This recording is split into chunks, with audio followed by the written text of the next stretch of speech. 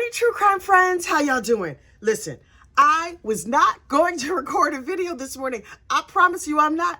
And then I heard this story and I was like, wait. Heffa, what? This story, this case needs to be filed under the Heffa what files, and you will find an entire Heffa what playlist in the description box of this video. You'll find the link to it. Look, first, you know what you need to do. Please like this video and subscribe to the channel. Have you heard about Miss Carol Hignite? Hang on, my throat is a little bit dry. Carol Hignite was living down there in Lexington, Kentucky, right? And she minded her own business. She's an older woman living with her older husband, and she's taking care of him, and everything is going good, I guess. And look, her husband has some health concerns, right? He was hard of hearing. He was hard of seeing. He was not communicating well, but she was taking care of him, and everything was going good, right? I'm not sure if she made him mad, if he made her mad, she just had a bad attitude in general, or if this was a misunderstanding. So Mr. Hignite, her beloved spouse, went to the bathroom one Monday night, right? And he fell and he bumped his noggin. This is according to Carol. He bumped his head and she was like, baby, you okay? You okay? You should probably go get in the bed. And she was thinking to herself, he has been so depressed lately. I don't know what's going on with him. So she just kept, you okay? You all right?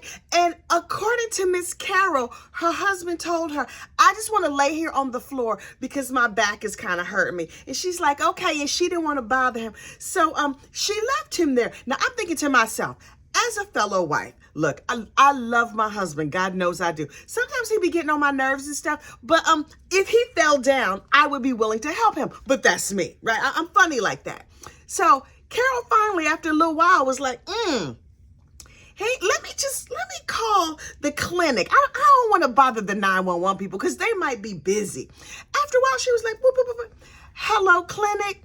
You know, my husband, he fell on the floor. And they were like, okay, Miss Carol, when did he fall? And she said, on Monday. And they said, Miss Carol, today is Wednesday. And she said, mm-hmm. And they were like, Heffa, what? You left him on the floor for 3 days. He didn't eat, he didn't drink, he did nothing. You should definitely call 911. And she's like, you really think so? And they were like, yes, you have to get him help. And she was like, okay. And then in my imagination, she went and had herself a bath and a nice cup of tea or whatever. And she's like, you know, he's been there for 3 days. I don't know what difference it's going to make now. So let me just take my time and make sure he really is sick. And then I'm going to call the 911 and they could come and pick him up. After 3 days he didn't like scooch out to a more comfortable place. No, she left him on the bathroom floor for 3 days. As he laid there bleeding with a cut on his head. Ma'am, you didn't even give him a Band-Aid or nothing. You didn't offer him a cup of chicken soup. Nothing at all. You just left him laying on the floor. Okay, hang on. So she calls the 911 and they're like, well, wait, is he talking to you? And she's like, he been laying there since Monday. And I called the clinic. You know, I didn't want to disturb y'all because y'all seem real busy. And this didn't seem like an emergency. But it looks like he's doing real bad. I was like, ma'am. And so she was just like, well, you know, I have some health concerns too. Ma'am, I'm going to need you to focus. She was like, don't hurry none. He been laying there for days. And so if y'all could come and pick him up. And they said maybe he going to need a tetanus shot because it looks like he cut his head on the pipe under the sink. Lady, not a Band-Aid, not a nothing. You did nothing for 3 days. You just went and got in bed. You're like, well, it's Tuesday. It's been 24 hours. He haven't moved much. So finally 911 comes and they take the man to the hospital and they like, girl, he's gonna slip the surly bonds of this earth. He about to be over at the Endless Heaven buffet. And she was like, oh. And they asked her what happened and she explained it real calm, like, he fell in the half bath. She's like, in this little itty bitty bathroom. And I think he bumped his noggin. It seemed like it hurt, but his back been hurting and stuff. And so you know how sometimes if your back hurts, you like a solid surface. So I just left him laying on the solid surface under the sink in the half bath for 3 days. While you just ate and drank, went to church, did whatever you was going to. Okay. You didn't even offer him like a glass of water, a sip of tea, nothing? Nothing. Great. So finally, as a shock to absolutely no one except for possibly Carol, Mr. Hignite died. And she was just like, oh, yeah. And then when the coroner did the investigation, they're like, looked like Heffa hit him on the head with a hammer. What? She did what? She was accused of bonking him upside the noggin with a hammer and leaving him for 3 days on the bathroom floor. Okay. So they took her to trial, and the first trial happened and got a hung jury because they like, we're not sure if she's real dumb, if she's kind of slow, if she has her own mental incapacities or whatever. She seemed clear enough to understand that, like, yep, he's on the floor and that's probably not good. Ma'am, listen. Pro tip, I'm not trying to help unalivers out here. You know I'm not. But pro tip to you, if your loved one falls and has a bunk upside the head, that is bleeding, a Band-Aid at the very least is required. She's like, he seemed fine. He wasn't complaining. Maybe because he couldn't talk. They were like, man, is he talking to you? And she's just like, I mean, he said, and he's groaning and stuff. Lady, how did he tell you he wanted to stay on the bathroom floor if he's not able to talk?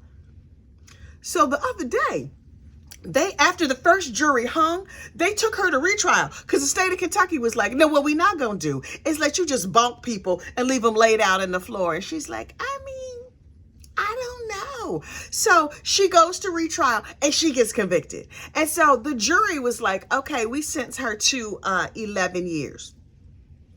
That don't even seem like enough time to me. Well, now Carol is significantly older. She has thyroid cancer. She has other health concerns. She looks a hot ass mess. The glow down from prison is very, very real. Oh my Lord, it's so real. And she's just like shuffling right along. You know, she got the shackle shuffle. I get the feeling she would be shuffling whether she was in shackles or not. Her head is kind of turned to the side. Her hair is a long stringy mess. And she's just like, I was convicted. And the judge was like, ma'am, they did the pre-sentencing report and none of your relatives want to take you in. Not one. They don't want nothing to do with you. And the judge was like, girl, that is very telling. How come nobody don't want to mess with you? And she's like, I have a home.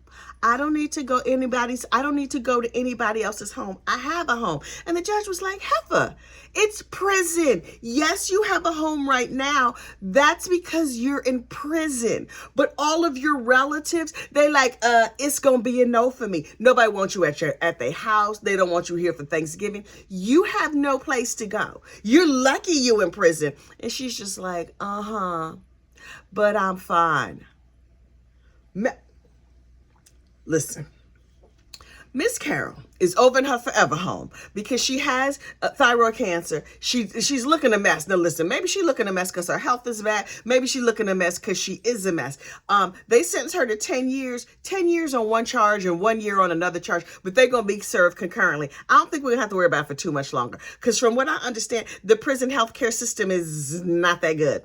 So she's not going to be on this side of glory for that much longer. But something also tells me she's not going to run into her husband at the Endless Heaven buffet. I don't know her state of grace. It is none of my business. But something tell me that they're not going to be in the same neighborhood on the other side. I get the feeling, keep that heifer away from me. You know she got a hammer, right? Now what happened was because maybe here on earth, he couldn't really speak good. You know, up there in the afterlife, he telling everybody, I was minding my business. I was trying to do, some toilet business. And the heifer came in and balked me with a hammer and left me laying there. And she was conscious enough to say on the 911 call, looks like he has injuries to his head on the inside and on the out. He might need a tetanus shot or something.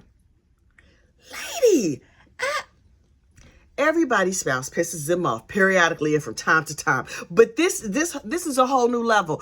You're not supposed to do this. Okay, if you are taking care of someone that you love, or at least used to love, and they get bonked on the head, or maybe you just tired of you bonk them on the head with a hammer. I don't know what your personal life is like.